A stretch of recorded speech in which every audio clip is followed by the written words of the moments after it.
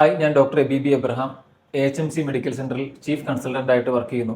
നമ്മൾ ഇന്ന് സംസാരിക്കാൻ പോകുന്നത് ഭൂരിപക്ഷം ആൾക്കാരും അനുഭവിക്കുന്ന ഒരു രോഗാവസ്ഥയെക്കുറിച്ചാണ്. അത് മറ്റൊന്നുമല്ല, ആസിഡിറ്റിയെ കുറിച്ചാണ്. അസിഡിറ്റി എന്ന് പറയുമ്പോൾ ആസിഡ് റിഫ്ലക്സ്, ഗ്യാസ്ട്രൈറ്റിസ്, അമ്ലത എന്നൊക്കെ ഇതിനെ അറിയപ്പെടുന്നുണ്ട്. ഇതിന്റെ ഏറ്റവും പ്രധാനപ്പെട്ട ലക്ഷണങ്ങൾ എന്ന് പറയുന്നത് നെഞ്ചരിച്ചില്, പുളിച്ചു തികട്ടല്, വയറിന് വരുന്ന എരിച്ചിലും പുകച്ചിലും, അതുപോലെ തന്നെ വയറ് വീർത്ത് കെട്ടി പെരുപ്പോടെ വരിക, ഇങ്ങനെയുള്ള ലക്ഷണങ്ങളാണ് പൊതുവെ കണ്ടുവരുന്നത്.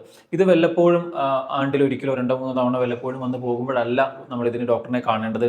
ഈ പറയുന്ന ലക്ഷണങ്ങൾ പെട്ടെന്ന് നമ്മുടെ ശരീരത്തിൽ ഡെവലപ്പ് ചെയ്യുക, അല്ല ഈ ലക്ഷണങ്ങളുടെ ഒപ്പം തന്നെ ഓക്കാനം, ഛർദില്, വെയിറ്റ് വളരെ കുറഞ്ഞു വരിക, അതുപോലെ ബ്ലഡിൽ അയണിന്റെ അളവ് അല്ലെങ്കിൽ HBയുടെ അളവൊക്കെ വളരെ കുറഞ്ഞു വരിക, അതുപോലെ തന്നെ ഭക്ഷണം ഇറക്കാൻ ബുദ്ധിമുട്ട് അനുഭവപ്പെടുക, ഇങ്ങനെയുള്ള ലക്ഷണങ്ങൾ കണ്ടുവരികയാണെങ്കിൽ, വയറിന്റെ ദഹന പ്രശ്നങ്ങളോടൊപ്പം കണ്ടുവരികയാണെങ്കിൽ തീർച്ചയായിട്ടും നമ്മളൊരു ഡോക്ടറിനെ കൺസൾട്ട് ചെയ്യേണ്ടത് അത്യന്താപേക്ഷിതമാണ്. കാരണം ഇതൊരു പക്ഷേ വയറിന്റെ ദഹന പ്രശ്നങ്ങൾ മാത്രം ആകണമെന്നില്ല. ഒരു പക്ഷേ നമുക്ക് ഹാർട്ടോ, കിഡ്നിയോ, ലിവറോ സംബന്ധമായിട്ട് എന്തെങ്കിലും അസുഖങ്ങൾ കൊണ്ടും ഇങ്ങനെയുള്ള രോഗലക്ഷണങ്ങൾ ഡെവലപ്പ് ചെയ്യാം. അത് മാത്രമല്ല, ഗുരുതരമായ ദഹന പ്രശ്നങ്ങളുള്ളവരിൽ പോലും, പ്രത്യേകിച്ച് വൈറൽ അൾസർ, ക്യാൻസറുകൾ, മറ്റു ബുദ്ധിമുട്ടുകൾ ഡെവലപ്പ് ചെയ്താലും ഇങ്ങനെയുള്ള ലക്ഷണങ്ങൾ ഒരുപക്ഷെ ശരീരം കാണിച്ചേക്കാം.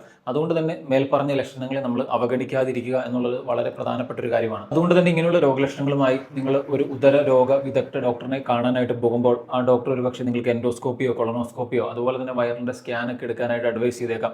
അങ്ങനെ തന്നെ അതിന്റെ മൂല കാരണം നമുക്ക് കണ്ടെത്താനായിട്ട് കഴിയും. അപ്പോൾ അങ്ങനെ ചെയ്തു വരുമ്പോൾ അസിഡിറ്റി തന്നെയാണ്, വേറെ മറ്റു ഗുരുതരമായ പ്രശ്നങ്ങളൊന്നുമില്ല എങ്കിൽ അസിഡിറ്റിയെ മാനേജ് ചെയ്യാൻ, അല്ലെങ്കിൽ ഈ പറയുന്ന അസിഡിറ്റിയെ പരിഹരിക്കാൻ നമുക്ക് എന്തൊക്കെ ചെയ്യാമെന്ന് നമുക്ക് നോക്കാം. അതിന് നമ്മൾ ആദ്യം അറിഞ്ഞിരിക്കേണ്ടത്, അസിഡിറ്റി ഓരോ വ്യക്തികൾക്കും വരുന്നത് പല കാരണങ്ങൾ കൊണ്ടാണ്. ഒരുപക്ഷെ അദ്ദേഹം ചെയ്യുന്ന ജോലിയുമായി ബന്ധപ്പെട്ടുള്ള കാരണമാകാം, അല്ലെങ്കിൽ അദ്ദേഹത്തിന്റെ ജീവിതത്തിൽ ശീലിക്കുന്ന ചില ശീലങ്ങളുമായിട്ട് ബന്ധപ്പെട്ട് ചിലപ്പോൾ ഈ അസിഡിറ്റി ഉണ്ടായി വന്നതാവാം.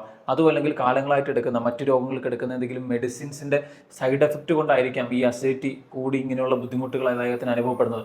എന്തു തന്നെയായിരുന്നാലും ആ കാരണത്തെ കൃത്യമായി കണ്ടെത്തുക. ജോലിയുമായി ബന്ധപ്പെട്ടുള്ള കാര്യം എന്ന് പറയുമ്പോൾ ദീർഘനേരം ഇരുന്ന് ജോലി ചെയ്യുന്നവരിൽ, അല്ലെങ്കിൽ അമിതമായിട്ട് ജോലി സമ്മർദ്ദം നമ്മുടെ ശരീരത്തെ ദോഷമായിട്ട് ബാധിച്ച് വയറിൽ അസിഡിറ്റി കൂട്ടിയിട്ട് അമ്ലത്വം ഉണ്ടാക്കുകയും അസിഡിറ്റി വരുന്നത് പലപ്പോഴും കാണാറുണ്ട്.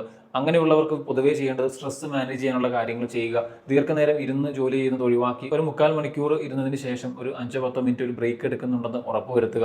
അത് മാത്രമല്ല, നേരത്തെ പറഞ്ഞതുപോലെ ചില ശീലങ്ങൾ, കാലങ്ങളായിട്ട് തുടരുന്ന ചില ശീലങ്ങൾ അസിഡിറ്റിക്ക് കാരണമാക്കാം. അത് വൈകിയുള്ള ഭക്ഷണം കഴിപ്പായിരിക്കാം, അമിതമായിട്ട് ഭക്ഷണം കഴിക്കുന്ന ശീലമായിരിക്കാം, അസിഡിറ്റി ഉണ്ടാക്കുന്ന ഭക്ഷണങ്ങൾ, അല്ലെങ്കിൽ ചില ശീലങ്ങൾ, മദ്യപാനം, പുകവലി, ഇങ്ങനെയുള്ള ശീലങ്ങളൊക്കെ ഒരു പക്ഷേ അസിഡിറ്റിക്ക് കാരണമായി. അതുകൊണ്ട് തന്നെ അതൊക്കെ കൃത്യമായിട്ട് കണ്ടെത്തി കൃത്യമായിട്ടൊരു ഡയറ്റും കാര്യങ്ങളൊക്കെ ഇങ്ങനെയുള്ളവർ ഫോളോ ചെയ്യേണ്ടതായിട്ട് വരും. പിന്നെ നേരത്തെ പറഞ്ഞതുപോലെ കാലങ്ങളായിട്ട് എടുക്കുന്ന ചില മെഡിസിൻസിന്റെ സൈഡ് എഫക്ട്, അത് പെയിൻ കില്ലറുകളാവാം, ഫ്രീക്വന്റ് ആയിട്ടുള്ള ആന്റിബയോട്ടിക്സിന്റെ ഉപയോഗമാകാം, ചില കഫ് സിറപ്പുകളുടെ സൈഡ് എഫക്ട്സ് ആവാം, അതല്ലെങ്കിൽ നമ്മൾ ഹൈപ്പർ ടെൻഷനും ഡയബറ്റീസിനും കഴിക്കുന്ന മെഡിസിൻസിന്റെ സൈഡ് എഫക്ട് ആവാം, ബ്ലഡ് തിന്നിങ് മെഡിസിൻസ്, വാർഫാറിൻ പോലുള്ള മെഡിസിൻസ് അതിന്റെ സൈഡ് എഫക്ട് കൊണ്ടൊക്കെ ഒരു പക്ഷേ ഇങ്ങനെയുള്ള അസിഡിറ്റി ഡെവലപ്പ് ചെയ്യാം.